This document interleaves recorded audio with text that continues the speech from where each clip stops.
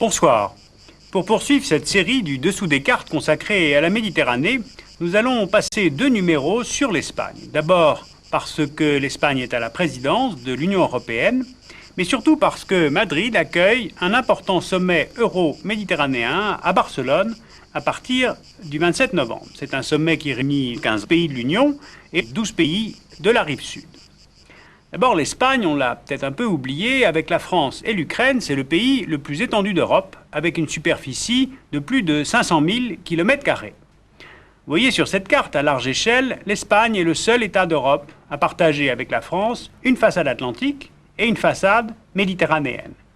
Et elle a aussi 2 façades terrestres, si l'on peut dire, qui sont stables et anciennes, puisque la frontière avec la France date de plus de 3 siècles, c'était le traité des Pyrénées de 1659, et celle avec le Portugal date du XIIIe siècle, soit plus de 6 siècles. On peut peut-être repérer plusieurs découpages dans le pays. D'abord, un découpage de géographie physique. L'Espagne est un pays montagneux, cloisonné, avec un plateau central et plusieurs cordillères. Au nord, on a la cordillère cantabrique, au nord-est, les Pyrénées, au centre, la cordillère ibérique et les Sistemas Central en Castille, au sud, les Sistemas Béticos, à cheval sur l'Andalousie et la Murcie, et naturellement, ces chaînes de montagnes contribuent à l'isolement de certaines régions. L'Espagne compte 38 millions d'habitants. Et le deuxième découpage qu'on peut peut-être avoir à l'esprit, c'est celui des ensembles ethno-linguistiques, c'est-à-dire un peu la personnalité du pays. On a le castillan, qui est la langue officielle du pays, c'est l'espagnol. Le catalan, qui s'étend du Roussillon français jusqu'à Alicante et les Baléares. Le galicien, qui ouvre sur l'Atlantique et le golfe de Gascogne, qui est apparenté au portugais.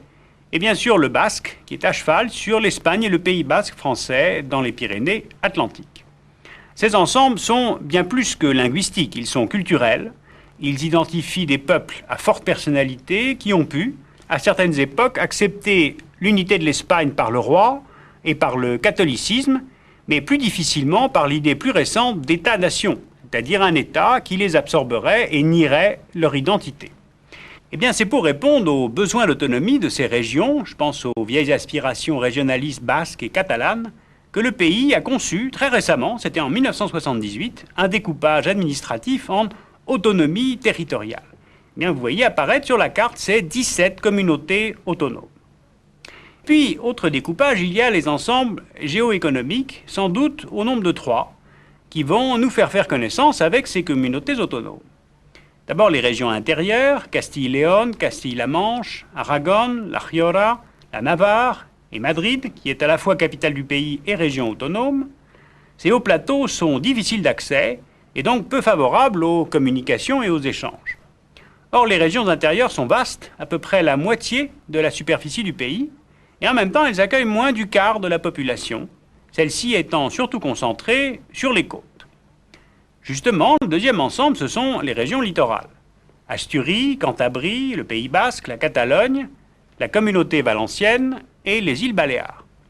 Ces régions littorales sont les plus proches géographiquement de l'Europe continentale, les plus développées économiquement et les plus peuplées. Eh bien, l'histoire, plus la localisation, ont favorisé ces régions-là. L'Europe juste à côté, comme une sorte d'arrière-pays, et une présence simultanée de la mer et de la montagne. La mer, c'est-à-dire que la vie maritime permet la pêche, la navigation, l'ouverture, aux époques où le pays est en sécurité, et la montagne, qui offre au contraire un refuge aux populations pendant les périodes troublées.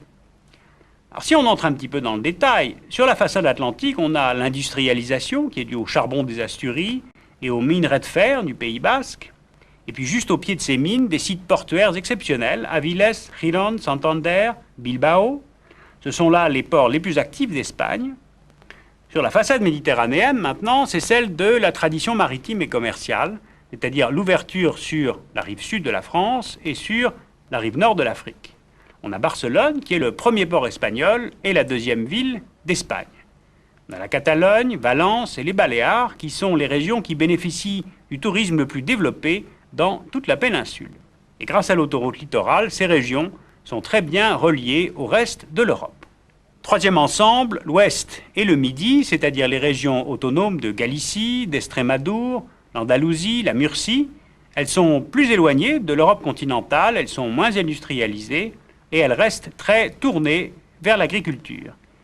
Les agriculteurs espagnols représentent à peu près 25% des actifs du pays. Voilà, brossés à grands traits les paysages et les découpages divers de l'Espagne. Dans l'histoire des idées politiques, c'est intéressant de savoir que ce récent passage en douceur de la dictature de Franco à la monarchie constitutionnelle et parlementaire de l'Espagne, ce passage est étudié en ce moment par plusieurs pays de l'Est qui voudraient s'en inspirer pour tenter de réussir leur propre sortie du communisme. Cette constitution espagnole de 1978, c'est-à-dire juste 3 ans après la mort de Franco, c'est un moment important dans l'histoire de l'unité de l'Espagne. Car cette constitution devait réconcilier l'inconciliable, la monarchie, l'armée, le Parti communiste espagnol, les socialistes, les autonomistes, et la constitution y est parvenue, en permettant au pays de conserver une unité de l'État, sans écraser pour autant les particularismes régionaux. Alors une fois n'est pas coutume, tirons bas les chapeaux, bien sûr à la société espagnole, mais aussi à un roi qui s'appelle Juan Carlos. La semaine prochaine, je vous raconterai un petit peu de l'histoire de ce pays, ses conquêtes, parce qu'elles expliquent assez bien comment l'Espagne s'inscrit aujourd'hui dans plusieurs ensembles géopolitiques.